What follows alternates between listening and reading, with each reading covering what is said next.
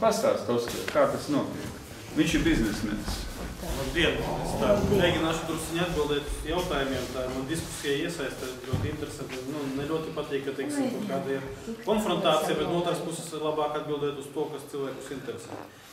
Mani sauc Oskars Ceknievičs, esmu tā sagadījies tā, ka mēs esam uzreiz pēc Jāņa un mēs ļoti bieži esam kopā un šajos pasākumos. Pats par sevi ir dažādi veidi uzņēmumi, kurus esmu direktors vai komercdirektors vai, teiksim, vadītājs. Dilāra Trans starptautiskie pārvadājumi mēs vedām agrāk gaļu no Eiropas uz Krieviju, tāpēc sankcijas un tas viss, kas notiek visās šajos pasākumos ar Krieviju un Eiropas Savienību skar tieši mani personīgi. Esmu arī biedrības Rīcība. Valdes priekšsēdājs nodarbojas ar labdarību. Šī organizācija kopš 1998. gada, uz doto brīdi jau 16 gadus mēs palīdzam pensionāriem un tiem, kuriem nav naudas, un palīdzam ar produktu pakām, un viņi ēt un ir pateicīgi. Esmu Latvijas autopārvadātāju Nacionāla asociācija, autotransporta asociācija izpildirektors un valdes loceklis jau 7 gadus. Mūsu asociācija ir 250 transporta uzņēmumi un 5000 transporta vienību. Mēs aizstāvam tieši Nacionālās asociācijas, nacionālos pārvadātājus. Runājot par to, par tiem sarunām par Krieviju divos vārdos. Ziniet, mums dažreiz, es par sajūtām, dažreiz tāda ir sajūta, ka Krievi, ziniet, dzīvo vīrs ar sievu un patīk tā pārvest. Tad cilvēkiem viss ir saprotams, tad ir par lielām matērijām.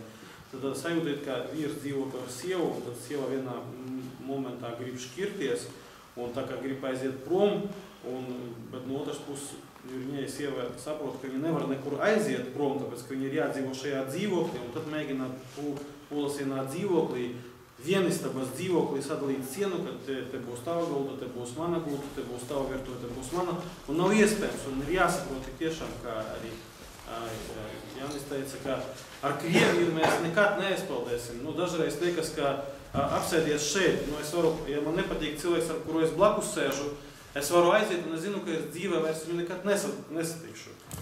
Bet ar Krieviju un ar šo kaimiņiem neaizpaldēs, Latvija neatzāgiesies un nepiebrauks pie Amerikas, nepiebrauks ne pie Vācijas, nekur.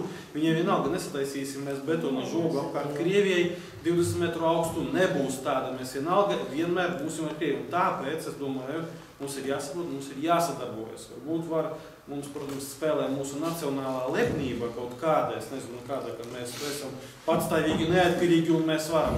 Bet tā nav. Latvija zemeslode pastāv pēc dažādām aprēķiniem miljonus, pēc dažādiem aprēķiniem tūkstošus gadu. Pa visu šo laiku Latvija ir bijusi neatkarīga kaut kādus 30-40 gadus. Tas ir 0,001%. Ir jāsaprot, ka vienmēr Latvija un šeit tautas, kuras šeit bija zem kaut kā, vai zem viena, vai zem otra, tamdēļ mēs arī esam tagad zem Eiropas Savienības, bet mums ir jāmāk sakomunicēt gan ar Latviju, gan ar Baltkrieviju, gan ar Krieviju un ļoti labas vietējo attiecības. Ja? Un to ir jāsaprot. Mums arī Putins zvana. Un vieta tāda, ka, piemēram, kas iesaista mani politikā. Visus mēs mākam ļoti labi nokritizēt. Es māku tā, ka politikus nokritizēt, ka tikai paliek tukša zeme un pastāstīt, viņš šito izdarīja šitā, un mēs varam tagad teikt, tur vienotība, tur sadēsie, tagad ne par to. Es atbildot uz jūsu jautājumu, ko jūs darīsiet kā? Mani iesaista tas, kad es sāku skatīties, es darīšu to cilvēku vietā, kad es tikšu tur, piemēram, ir dabiskā realitāte. 1990. gadā dzima 40 000 bērnu, bet 91., 92., 93. ir 20 000 dzims, tur krita līdz 20 000. Un demografiskais izveidojas rops. Vienkārši magistra darbu un bakalaura darbu esmu aizstāvējis par demogrāfiju, bērni, ģimenes, dzimstības, un par to es orientējos un varu runāt. Un izveidojies ir rops, un kad skolēnajā klasē bija līdz tām 25, tagad vidēja klasē ir 12, un skolotāju bija saražots tik, cik vajadzēja tad uz to brīdi bērnu. Principā nevis 3-4, es domāju, ka puse skolotāju orientēties pēc tā, cik ir bērnu klasēs, viņi, ekonomiski nav vajadzīgi vienkārši, dari, ko gribi, bet tā ir objektīvā realitāte. Ja tāds ir skolēnu skaits, tad nevajag skolā tik daudz skolotāju.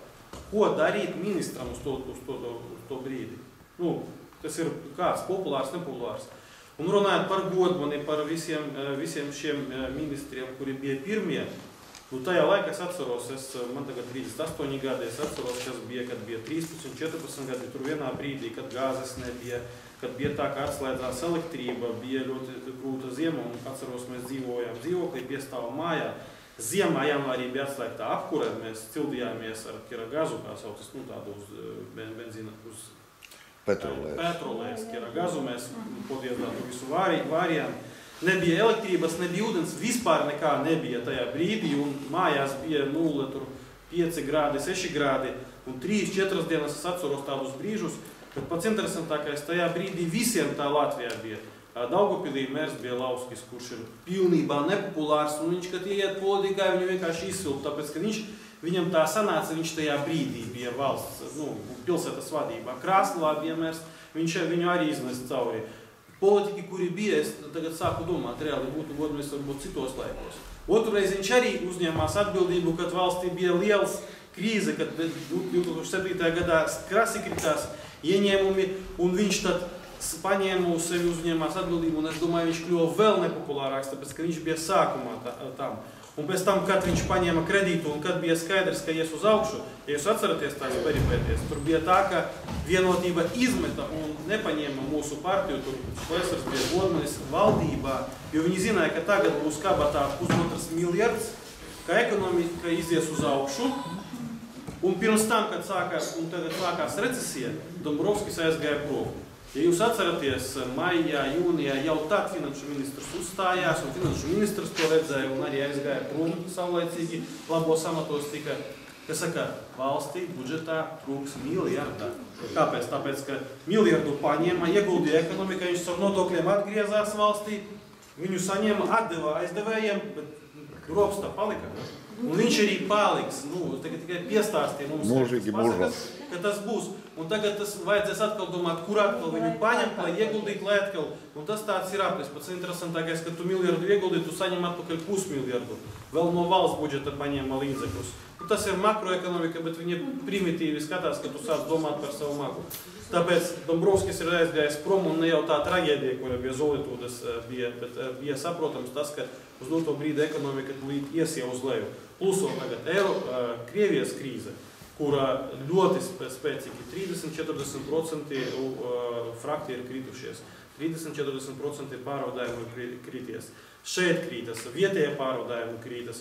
Labi, piemēram, tajā uzņēmumā, kur mēs strādājam, kad es strādāju, kad bija visi tie tauku laiki, mēs visu šo naudu nevis mašīnās, nevis kaut kur, nu, teiksim, personīgai dzīve, bet viss tika ieguldīts transportā, lai nostabilizētu situāciju, ka mums visiem ir savs transports. Tagad mēs varam bez mazu tikai par degvielas cenu braukt. Bet tiem, kuriem ir līzingi, viņi visi Unikrēzeknē, uz bankrota robežas Kreis uzņēmums, lielākais transporta pārvadātājs, vēl šie šoferi, kuri vidējā klase, kuri saņēma tur 500, 700, 800 eiro mēnesī, kur viņiem likties? Viņiem tagad vajag iet, domāt kaut kur braukt. Un mums vajadzēja kaut kādā veidā mēģināt ar Krieviju komunicēt, lai kaut kas, jā, mums sankcijas nosaka Eiropas Savienība, bet ja ļoti sagribēja, es nezinu, visas nianses, bet kad sāka domāt ievest sankcijas pret Krievijas dzelzceļu, Latvijā stājās pret, tāpēc, ka ja dzelzceļu nogrieztu, tas būtu 70% no dzelzceļa atlaistu, tas uzreiz ap 10 000 cilvēki aizietu ielās. Jo pārsvarā tagad 80-90% krāvas dzelzceļš ved no Krievijas, ogles un visu pārējo. Mēs esam atkarīgi, atzīstam, stulbi runāt, ka mēs esam neatkarīgi, kad mēs ekonomiski vienmēr visos laikos esam bijuši atkarīgi.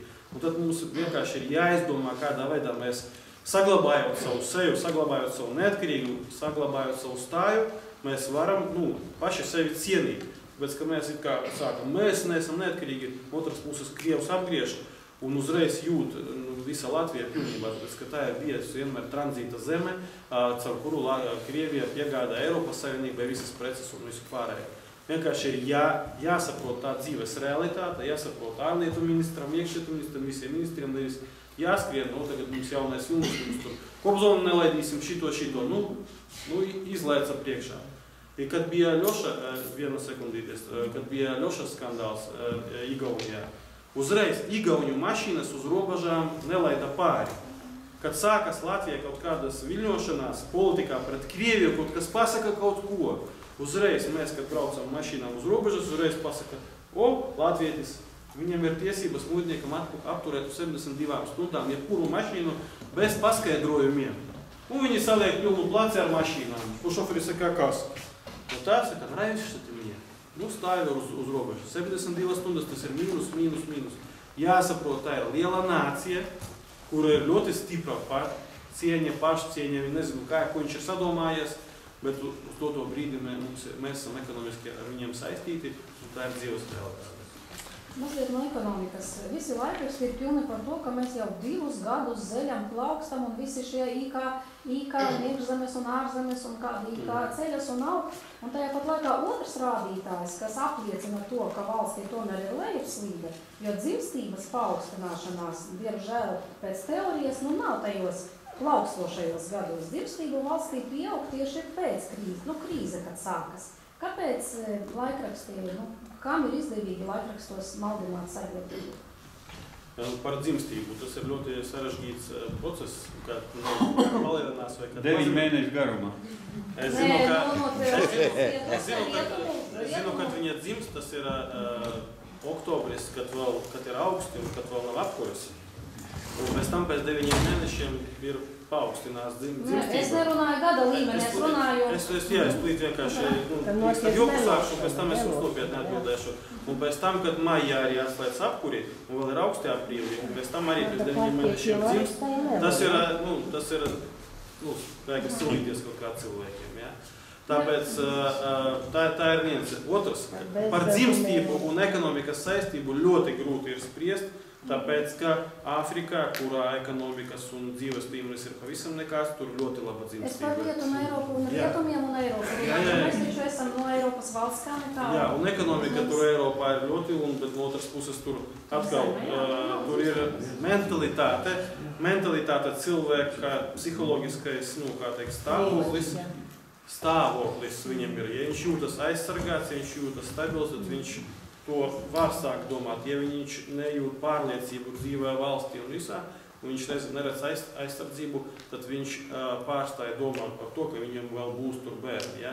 Tāpēc tas ir nianse, nevar patiešo tādā, varbūt, ka sagadās, varbūt, ka ir viņam ieviesusies pārliecība. Jā, tad attiecīgā par to, ko mums stāsta uz doto brīdi. Es jums saku, tā ir tā nauda, kura bija saņemta no Eiropas Savienības, kura bija ieguldīta caur Eiropas Savienības fondiem, caur tā ieguldīta valstī biznesā un daudzos projektos, kura tagad ir atgriezusies caur nodokļiem. Un šajā brīdī skaidrs, ka tu saņem miljardus, tur 3 Eiropas Savienības naudu, mēs arī nevaram izsviest. 2-3 miljardi papildus tiek iepludināti valstī, protams, ka viņi uz to brīdi viņi sāk izaugt, bet pēc tam šo naudu, ja viņu atdeva kaut kur prom, tad skaidrs, ka viņš arī laidīsies uz leju un visa šī ekonomika. Skaidrs, ka tagad šie pēdējie 3 gadi bija. Es saprotu, kādēļ tie bija. Tas, ka bija papildus naudai iepludināti. Ļoti skaidrs, ka var vēlēt par tādu, kurš zina cēloni un redz sekas. Nākamais jautājums. Vai speciālisti jūsu komandā uz visiem šiem te faktiem šādā veidā skatās? Ar cēloņa un seku sakarībām? Šitais viss ir no mūsu programmām. Mums ir sarakstīta baigi biezā programmas par pensijām, par izglītību, ko es jums stāstīju. Jā, es prasu tieši, es redzu vienu cilvēku, kurš tiešām redz šo te cēloni, kāpēc ir laikrakstos un spējīgs pastāstīt. Un es zinu, ka viņš, ņemot savu lēmumu, kaut kādu lemjot, viņš šīs te likumsakarības visas ņems vērā. Tas nebūs tā, ka es izlasīju algas ceļas, kāpēc viņas ceļas un kas būs tad, kad viņas pacelsim, mani tas neinteresē. Galvenais šodien skaisti izskatās. Bija, protams, 2005. 2006. gads, kad bija visas Zviedrijas bankas Šveicārijā, Šveicē. Viņas iepludināja lielu summu naudas valstī, kad bija 20 miljardiem iedoti kredītiem caur visiem iedzīvotājiem. Šī nauda ieplūda valstī. Un mēs zinām, ka tad brauca vienkārši celtnieki ar BMW X5, kad bija tops, kad darbu vadītājs prarāda krieviski, pirka sev Bentley mašīnu Tāpēc, ka viņš saņēma tādu algu, ka viņš varēja sev atļauties pirkt tādu mašīnu, tāpēc, ka šī nauda viņai kaut kur bija jāparādās.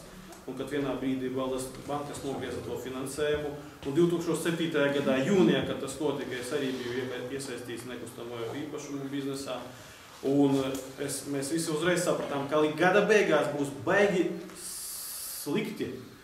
Tāpēc, ka tagad nebūs šīs finanses, un viņš ir apgriezies šī caurule, kamēr vēl bija ūdens baseinā, tikmēr vēl visi runāja par ekonomiku, viss būs labi, bet visi tie, kuri biznesā, viņi saprata, viņi steidz ātrāk pārkārtoties. Un tagad ir tas pats, kad 2 mēneši atpakaļ tas tiek apgriezt, un es jums saku, ka ļoti grūti būs, novembris, decembris, tīpaši februāris, marts, ļoti grūti būs, gan ekonomikā, gan visur. Tagad vienotība to nepastāstīs, bet labāk vajag jostas tagad savilkt un saprast, jo tagad daudz kas izmainīsies tuvākā. Cik ilgi mēs vilksim jostu bez Saeimas deputāti? Pa šito laiku nereizes sev jostas nav savilkuši. Viņiem ir padomnieki katram. Cik tas pārvaldes aparāts jūsu, kas to visu Saimu apkalpo? Viņiem savilkāt jūs jostas? Nesavilkāt. Jūs nebijāt tur pareizi, Jurkāna kungs ir bijis. Ja runājot par... Pirmais jau Repša bija, kas pateica, ka par velti nestrādā. Tā kā šeit ir, šeit vienkārši man patīk cipari fakti, tad es varu atbildēt cipari fakti. Ja izteiciens, es piekrītu, jāvajag savilkt jostas. Šeit no šiem kandidātiem, kuri ir šeit, no šiem kandidātiem tikai 2 vispār ir bijuši Saeimā un par deputātu. Nagļa kungs cienījamais, Jurkāna kungs. Pārējie visi ir svaigas sejas, kuri daži ir deputāti pašvaldībās, bet pārsvarā tie ir jauni, un pārsvarā saraksts ir uz 80% jaunas sejas. Jūs izvēlaties, kad jūs ejat balsojat par jūsu kandidātu, izvēlaties tos, kuri jūs zināt, ka viņi ies un darīs to darbu, ko viņi ir solījuši. Jūs jebkurā brīdī, ja viņš nobalsos pret pensijām vai pret pensiju palielināšanu, jūs atnāksiet pie viņa un parunāsiet pie viņa mājās. Ar apmēram. Logā. Terorismu faktu. Ir jautājums. Man ir tāds viens jautājums. Ļoti interesanta frāze, tas ir, tikko mēs runājam par budžetu. Vairāk naudas budžetā, vairāk naudas sociālajām vajadzībām un galu galā armijai. Tas, kas no šiem 3 frāzēm jums patika? Man patika, kas vairāk naudas budžetā, pilnīgi piekrītu, bet saturīgās naudas, lai tā nauda, kā teiktu, būtu vairāk daroša. Nevis tā, ka es varu miljonu saņemt par to miljonu, zinām, dažas valstis varam būt miljonārs un īstenībā pārvedot Latvijas naudā, tas ir apmēram minimālā algas apmērā. Vairāk naudas sociālajām vajadzībām. Kurām sociālajām vajadzībām? Un galu galā armija. Kāpēc tāds vārds galu galā un armija? Mēs kā gatavojamies? Pirmām kārtām tas ir sociāli. Vienkārši tagad tiek runāts, ka vajag obligāti palielināt aizsardzības budžetu līdz 2%, tāpēc, ka tagad pēkšņi Krievu armija atnāks un mums vajag nopirkt 2 tankus, jo par šitiem tankiem mēs nekā nevaram... Kāpēc viņa uz šeieņu te nāks, ko viņa te meklē? Manuprāt, es vienkārši sataisītu, ka būtu aizsardzības ministrs, tagad fantazē kaut kādu, specnaz, kuri varētu ātrās reaģēšanas vienības būt bez nekādiem tankiem, jo, ja Krievs atnāks ar saviem tankiem, kuras ir pēdējās izstrādes tanki, viņi vienkārši tur, nezinu, tanku bataljonu 20 tanki, viņi reāli ieņems Rīgu un visu Latviju, kā Putins saka, iespējamības formā 2-3 dienās, un par to pakaļ neviens grēlis nedziedās. Par ko? Par naudu, ja gribat, es jums pastāstu. Nē, kāpēc, saprotiet, kāpēc galu galā armijai paaugstināt? Tu paaugstina kaut visu budžetu. Atvaino, skatoties zivī pelēju uz lāci, tur ņem kādu gribi armiju. Tur ir lācis un tu esi pelē, jā? Un kāpēc izlietot neliederīgi armijai?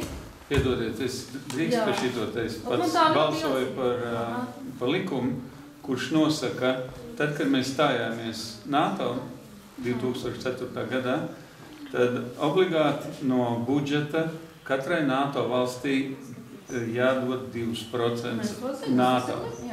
Un šeit, tas galu galā, tas ir tad, ja paliek pāri, jo primārās lietas ir tās, kuras izlasījāt. Tas ir tā, ka bija sociālām vajadzībām pirmām kārtām, un kad jau tikti trekni dzīvosim, tad galu galā armijai. Jā, Okay, jā, jo saprotiet, ka 2% NATO maksā... Mēs to zinām, jā. Pagaidiet, jūs varat nosaukt, kuras valsts maksā 2%? Tikai paklausīgā Latvija un Igaunija. Latvija nemaksā. Latvija pat 1% nemaksā. Pagaidām. Maksā amerikāņi, angļi, grieķi. Nu, ir kaut kā, kas maksā. Grieķi maksā tāpēc, ka viņiem turki blakus, viņi baidās no tā, turki maksā. Mēs nemaksājām, Igauni maksā. Igauni vispār ir daudz savādāk nekā mēs. Nu, mēs esam NATO dalība valsts un tur neko nevar darīt, jo, saprotiet, tā valsts, kurai nav savas armijas, viņi baro svešu armiju. Nu, tāda ir tā patiesība. Nu, mums vajag to NATO, vai viņi pildīs to 5. pantu vai nepildīs. Dievs viņu zina. Mums ir slikta pieredze. Bet atstāt mūs viens pret vienu, tagad plikus, galīgi neaizsargāts ar neparedzējumu Krieviju, kaut vai Baltkrieviju, nu, tas būtu grēks. Mums tomēr jāatbild par to, ka mūsu valstī, tas mūsu neatkarībai jābūt neatgriezeniskai. Un, ja principā, ja, piemēram, mēs pieļaujam, ka Krievs sajūg prātā un sāks nākt virsū NATO valstī, tad es, saprotot, kas šodien notiek gan NATO valstīs, gan es domāju, ka tad sāksies 3. pasaules karš. Jo saprot arī vācieši, ja viņi nereaģēs uz to, ka Krievs ienāk Latvijā, Krievs ies Polijā, viņš ies da jebkur, tad sāksies 3. pasaules karš. To negrib neviens. Tāpēc es domāju, ka mums ir jāpild savu pienākumu. Cita lieta, teiksim, ko nozīmē 2% no budžeta NATO? Tas jau nenozīmē, ka mums visi šie 2% jādod rietumiem. Mēs varam pateikt, ja es būtu aizsardzības ministrs, es teiktu, zinu ko, mums ir šūšanas fabriks, mēs šūsim mundierus. Tas ir no tiem 2%. Ja mēs taisīsim zābakšņoras, jeb, es nezinu, patrons mēs varam ražot, mēs varam daudz ko darīt. Bet daļu no šī procenta atstājam Latvijā, lai cilvēkiem būtu darbs, lai cilvēki reāli justu, ka tie 2% neaiziet kaut kādās smiltīs, kaut kur tuksnesī Irānā, jeb Irakā, bet paliek šeit, ka no tā ir kaut kāds labums. Ja? Igauni, piemēram, izveidoja NATO kara akadēmiju. Baigā nauda, no tiem, kāpēc viņiem ir tie 2%? Tāpēc, ka tur ir ļoti daudz nodarbināti cilvēki, tur ir akadēmija, tur viss kaut kas notiek. Bet par to sociālo, viens teikums. Vidēji Eiropas Savienībā vidēji sociālajām lietām iztērē 35% no budžeta. Tā ir statistika. Latvijā ziniet, cik procents aiziet sociālajām vajadzībām? 15%. Tik daudz? 15%.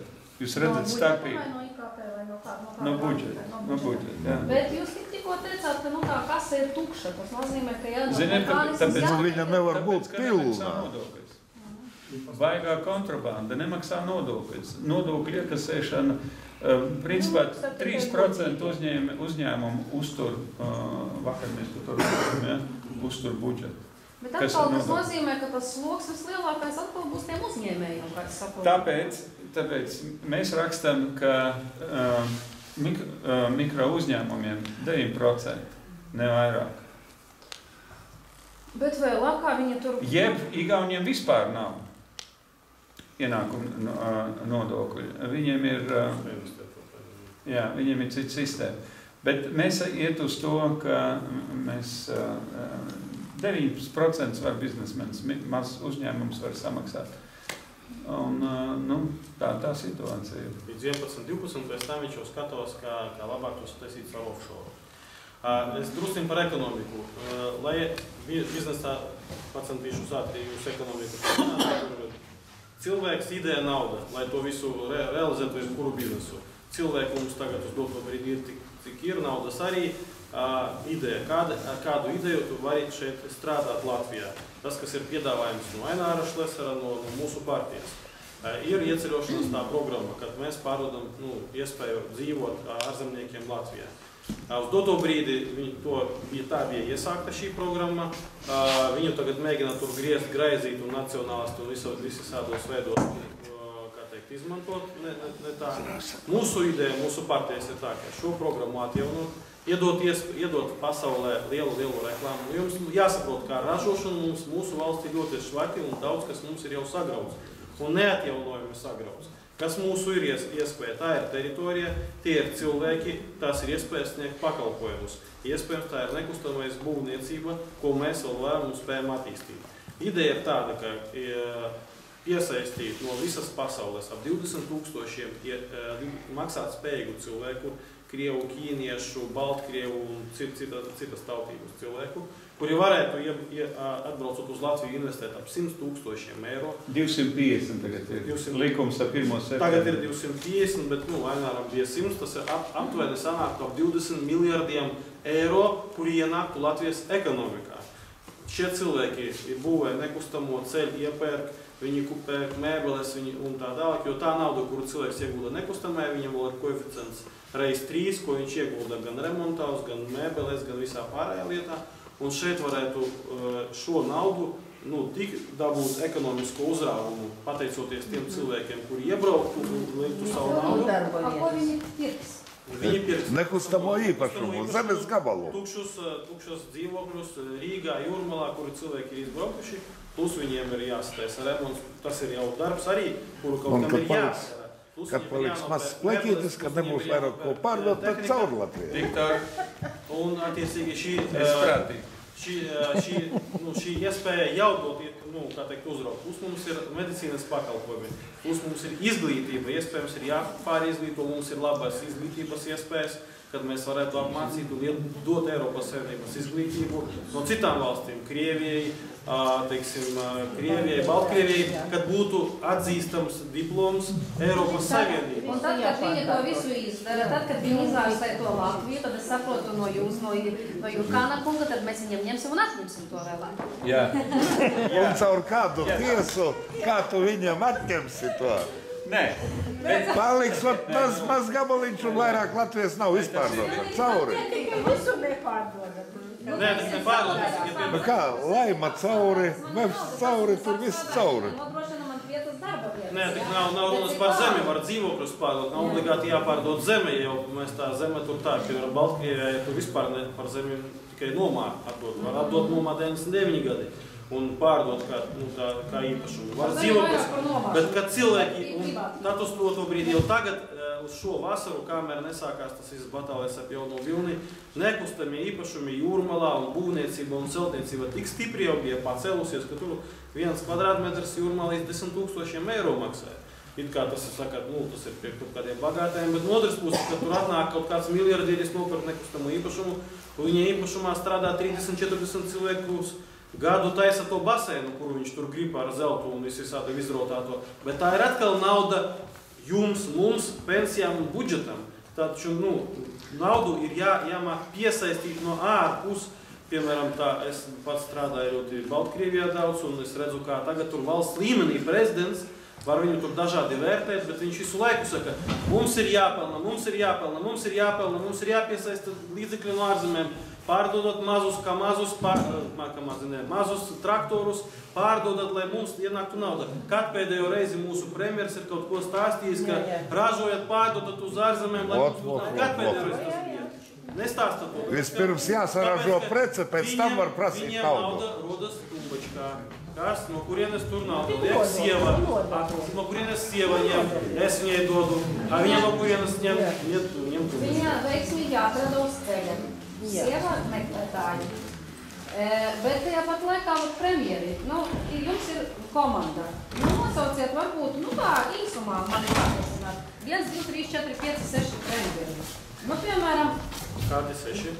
1, 2, 3, 4, 5. Premjeri viņi nav bijuši, premjeras ir tikai bijis 1, 2. Šlesars nebija 2 premjeri tikai. Tad tā man runā par premjeru partiju. Labi, ir 2. Viena un otra. Bet rezervē. Un otrā. Rezervē 2. Viena un otrā. Nevis rezervē, bet rezervē vēl ir 10. Es jautāju. Kas nosauc? Nosauciet viena premjera valdīšanas laikā un otra premjera valdīšanas laikā šo saimniecisko aicinājumu pārdot kaut ko uz ārzemēm? Vai kaut kāda darbība, kas to veicināja? Es labāk pastāstīšu par Aināru. Viņa šī te programma, kur ir par tām iespējām dzīvot. Tas jau dzirdēts. Tas jau dzirdēts, tas ir viņa Air Baltic. Tagad, ja mēs runājam, 300,000 eiro alga viņam tur ir gadā, plus valsts 20 miljonu zaudējumi. Viņa laikā, Šlesera laikā, kad bija pasažieru skaits Rīgas lidostā 1 miljons, tagad uz doto brīdi viņš ir pacēlies līdz 5 miljoniem. Valsts no saviem līdzekļiem 5 gadu laikā nebija investējusi nekā pēku. Un pienākumos mēs bijām ieguvuši tur miljonus, kurus Air Baltic tad pelnīja, gan Air Baltic tad attīstījās, gan lidostā attīstījās un vispārējais. Plus dzelzceļš, jau pirms tā laika, kad bija Šlesers par satiksmes ministru, tad ļoti ar dzelzceļā pēc tā laika uz 50–70% ir pacēlies gan līmenis, gan darba, jo jūs atceraties, dzelzceļš bija, bet viņš kaut kā strādāja, bet nebija tā kā tagad. Tie, kuri ir dzelzceļā strādā, viņi saprot, ka pēc tā, kad atnāca Ainārs, viņš attiecības ar Baltkrieviju sakārtoja un uzreiz pieauga kravu plūsma. Tāpat varētu, es domāju, gan trubu sakārtot, gan vēl visas tādus jautājumus varētu sakārtot. Latvijas pastā, kad līdz tam bija Latvijas pasts, bija tāda iestāde, viņa vēl tagad ir pusi palikusi tāda puslodzīta, tāpēc, ka līdz beigām nebija, bet jau pasta tajā laikā nāca pie klienta, ja agrāk bija pasts, viena ēka pilsētas centrā gribi tur neej, tagad uz doto brīdi jau viņi iet taisa, kā teikt, pie klienta to. Un daudzas lietas, kuras bija satiksmes ministrijā sakārtotas un pārkārtotas. Es varu runāt par viņa darbiem. Tā kā mēs te filmējam un vēl paspoguļam, ir jāuzdod apmēram identiski jautājumi, ko es uzdevusi citām partijām, ja? Kā ir... Jūs arī citas partijas aicināt? Nē, citas te bija. Es nāku uz visām un klausos visur, ja, jo es tāds apzinīgs pilsonis, man jāizdara izpēle tik daudz skaistu vīriešu, tik daudz skaistu sieviešu, gudri visi. Un ir viens jautājums. Vai jūs piekrītat, ka valstī pašvaldības līmenī nav pietiekama kontroles un caurspīdīguma darbībā? Kas arī mazina šo valsts tiesiskumu, jau no pašiem pamatiem. Ziniet kā, te lieta tāda, ka par šitām visām caurspīdīguma, necaurspīdīguma, tas ir tādas frāzes, man patīkot, kad ir cipari un skaitļi. Labi, tagad es ar faktiem. Tas caurspīdīgs, tas ir stikls, caur kuru tu skaties un slikti redzi. Jā. Tas, ziniet, kā principā sanāk tā, ka es sēžu virtuvē un es neredzu, ko dara mērs tur un tur. Principā, ja ļoti sagribēt, ja kurš cilvēks, ja viņš ļoti sagrib uzzināt finansu dokumentus, kādi līgumi noslēgti, viņš var, principā, atnākt gan uz kaut kādām komitejām, kur ir iespēja, gan paskatīties finanšu dokumentus, gan kaut kādu pieprasījumu saņemt un uzrakstīt. Ja viņš šaubās par to, kas notiek pašvaldības iestādēs, viņš var uzrakstīt uz pārvaldes institūcijām, kuras atbrauks un pārbaudīs.